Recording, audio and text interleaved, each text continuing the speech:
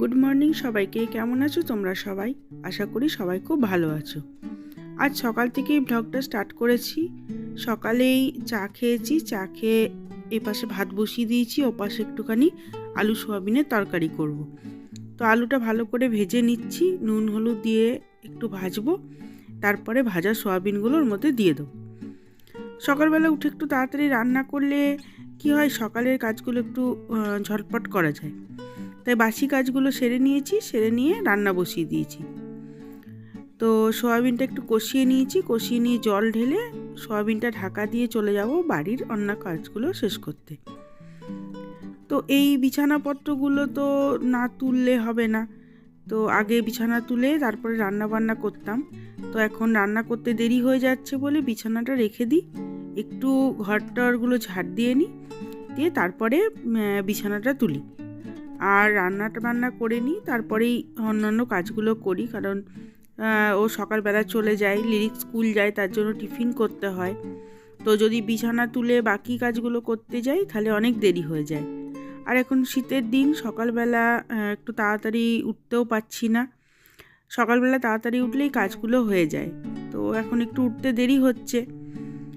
তো কাজগুলো করতে তো খুবই দেরি হয়ে যাচ্ছে। তো রান্নাটা শেষ করে নিই, তারপরে অন্যান্য কাজগুলো করি।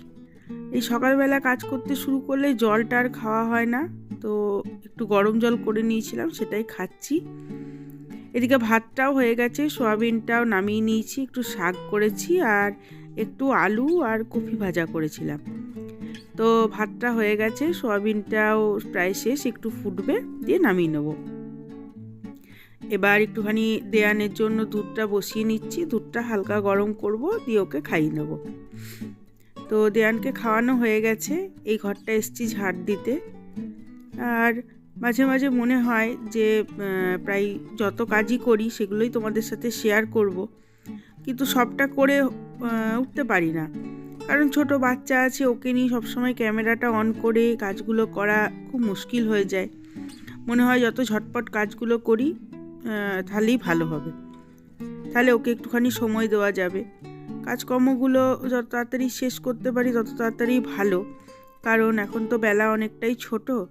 তো কাজ করতে করতে, স্নান করতে করতে আমার প্রায় 1টা বেজে যাচ্ছে, চুল শুকাচ্ছে না, ঠান্ডা লেগে যাচ্ছে।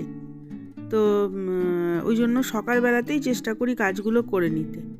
আর বাসি কাজগুলো ফেলে রেখে তো কোনো কিছু করা যাবে না।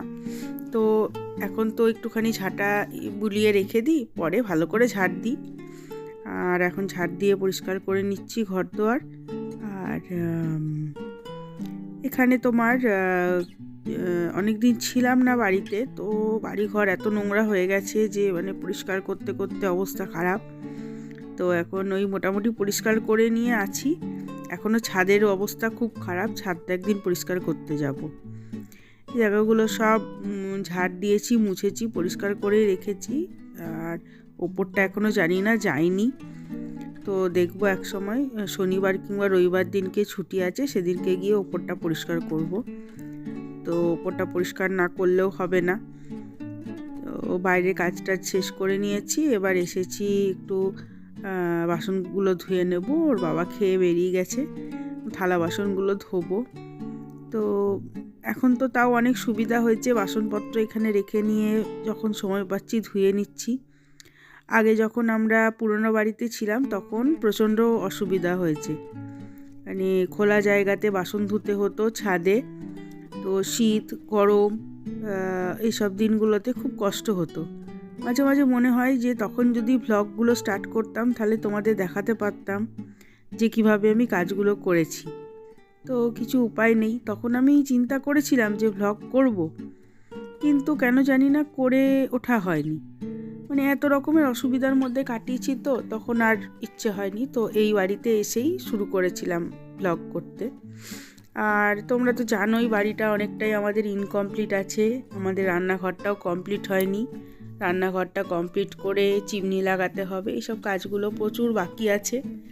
আর যতদিন না চিমনিটা না লাগানো হচ্ছে ততদিন এই রান্নাঘরে রান্নার একটা যে তেল আছে সেগুলো পরে দিয়ে কেমন যেন হয়ে যায় রান্নাঘরটা।